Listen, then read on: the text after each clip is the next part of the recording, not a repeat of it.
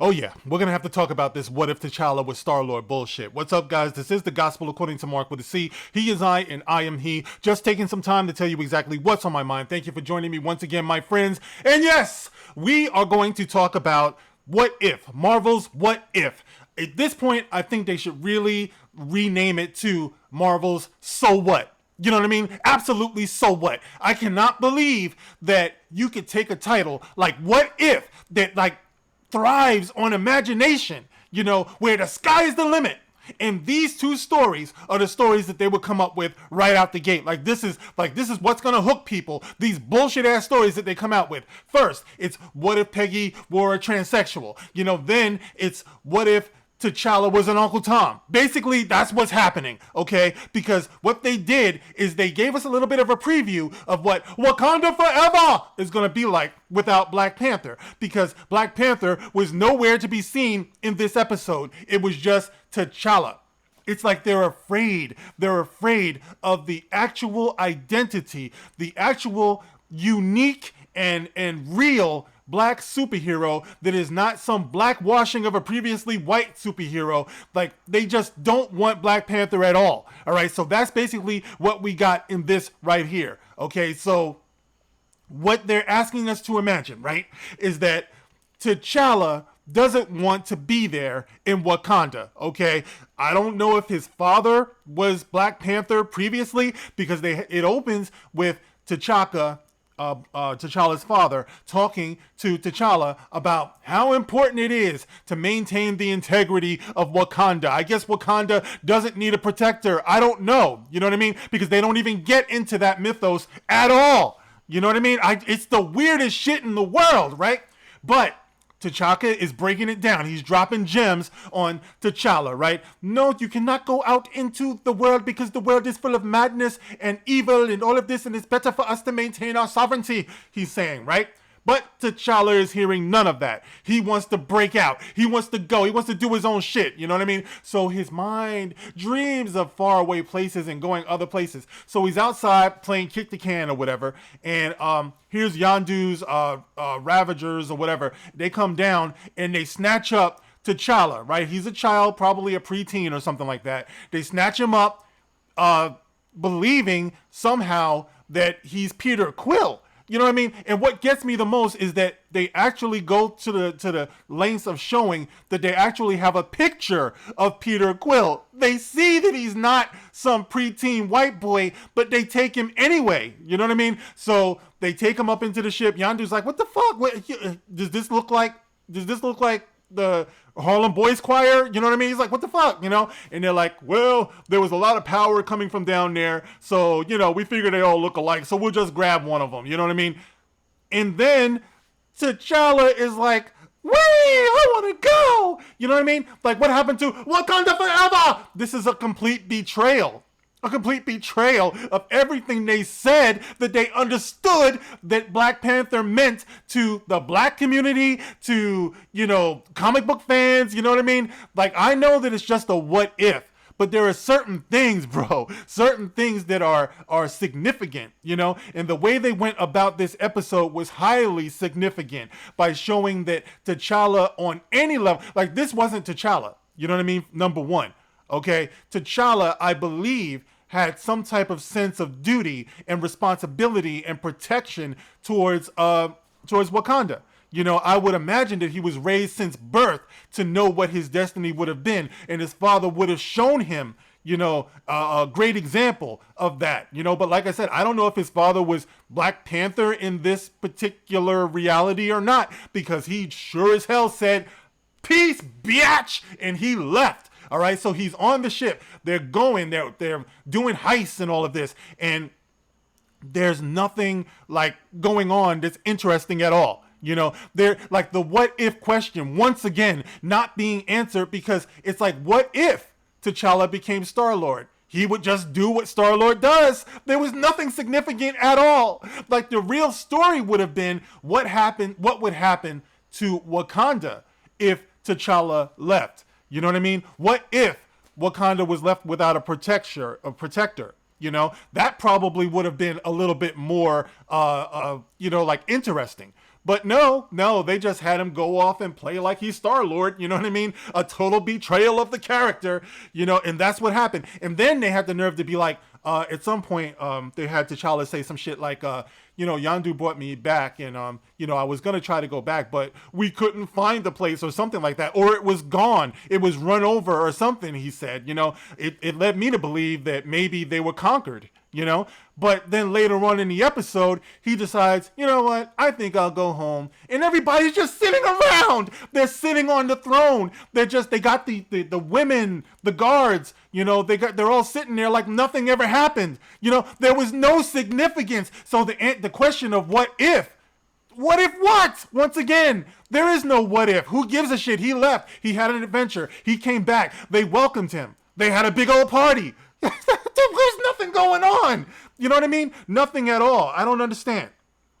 Not to mention, Wakanda is supposed to be some advanced technology and everything like that. You would think that if the Crown Prince of Wakanda got abducted, you would think that they had some type of technology to track him down. You know what I mean? Maybe he had a microchip up his ass or something like that, so his father could have known where he went, and who took him. He didn't have nothing going on, man. He was out in the middle of the field playing craps or something, and they just grabbed him, and it wasn't even much of an abduction because he wanted to go. Once again, no responsibility whatsoever. What is destiny? I don't know. You know what I mean? He just left, and then he came back, and that was it. And they played it off for last. Not to mention, okay, a couple of other things on the side. You had what's her name? Thanos' daughter, the other one. Her name is slipping me now. But not Gamora, but her sister, Nebula. There it is, Nebula. Nebula is walking around with a blonde weave, man. She's like Nebula the Stallion or something. She's just walking around like freaking Beyonce, but slightly more natural looking. You know what I'm saying? So for some reason, she's got this blonde weave on, and she's just walking around, and she's cool. And oh my God, Thanos. Somebody must have snapped their fingers and took Thanos' balls, because dude was totally housebroken. You know what I mean? For some reason, they made it seem like T'Challa had a talk with Thanos and made him understand that what he wanted to do was wrong, and so he became a bitch, and he was traveling with them. There's no reality at all where this would have been this way. You know what I mean? There is no what if with this. No, what if what? Like I said before, it's not this, but that's what we got. And then, right after the big old freaking nothing sandwich that we got, right? At the end, they have the nerve to show Peter Quill working at a Dairy Queen, mopping the floor or sweeping or whatever he was doing, some menial labor. And then Ego comes in and says, "Hey, son." And then the Watcher says something like, "Well, this is probably going to lead to the end of the world, but that's another story." Well, guess what? Maybe you should have told that story. You see, what if it's supposed to be fearless? It's supposed to be bold. It's supposed to really, really hit your imagination. You know what I mean? It is uncompromising. So if you're going to have a scenario where the world ends, well, maybe they should have told that story, because this story had no impact whatsoever in the fact that they boasted this as being the final performance of Chadwick Boseman. What the fuck? Get out of here. Chadwick Boseman, I'm sorry. Listen, I have all types of respect. I talked about this before. All types of respect for Chadwick Boseman. I love the dude as an actor. He was so talented, and it's tragic what happened to him. But for this to be his final performance, and they're boasting that that's what it is. I mean, look, to be fair, it did sound like my man was having a good time. There was some giddiness in the voice. Almost didn't sound like him. I don't know. You know what I'm saying? But they claim it was him. So there it is. Okay. But they did have the voices of Michael Rooker in there. Y'all know how I feel about him. They had James Brolin. They had the chick who played Nebula. I mean, they were all that talent. Just a big old waste. All that talent, all the animation, all the music you produce. See, once again, illustrating what the problem is. The problem is bullshit, lazy ass writing. You know what I mean? That's what it is. Everything else, I got no problem with. But when it comes to the writing, and you're tackling a title such as What If, and you don't come with it, you don't come with the real, what are you doing? You know what I mean? So my thing is, take that. That's 2 strikes, bro. That's 2 strikes. Like the other one, what if Peggy Carter became a man or whatever? It's like, I tried to give them the benefit of the doubt with that one. But this one is just straight disrespectful, bro. It's just straight disrespectful. And like I said before, all the virtue signaling that they do about how, the African Americans and the black people and this is for them and everything.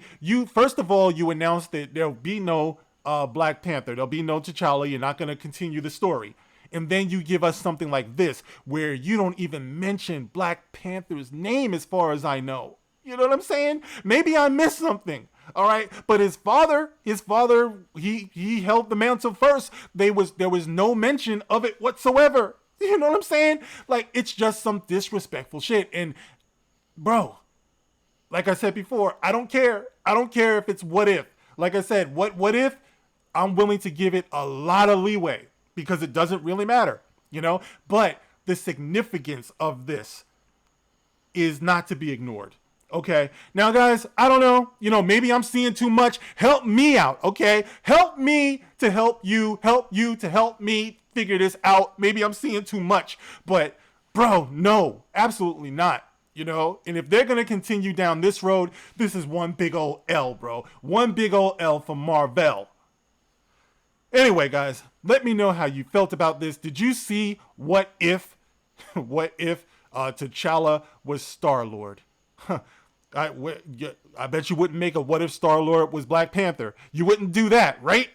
So, all right, guys, get in the comment section. Let me know how you felt about this. As always, you can like, you can share, you can subscribe. Catch me on Twitter. If not, you can catch me here. And by the way, guys, just want to remind you, check out me and my brothers, the Dark Council, tomorrow at 8:30 Eastern on the Brother Demogenize channel. We're going to be throwing down as only we can, talking about everything that in the geekdom, everything that's cool, everything that tickles your fancy, everything that really, makes you feel it down there. We're going to be talking about all of that, guys. So check us out Tuesdays. Tomorrow, 8:30 Eastern, it's Demogeni, it's Lord Callus, it's Drunk 3PO, it's Abu Nas, it's, am I leaving out anybody? It's Fatal J. How could I forget Fatal J, the brother, the MVP himself, Fatal J, and of course myself. All right, so check us out tomorrow. All right, that's it for now, guys. I'll see you in the next one. This is The Gospel According to Mark with a C. Rock on. Fuck out of here.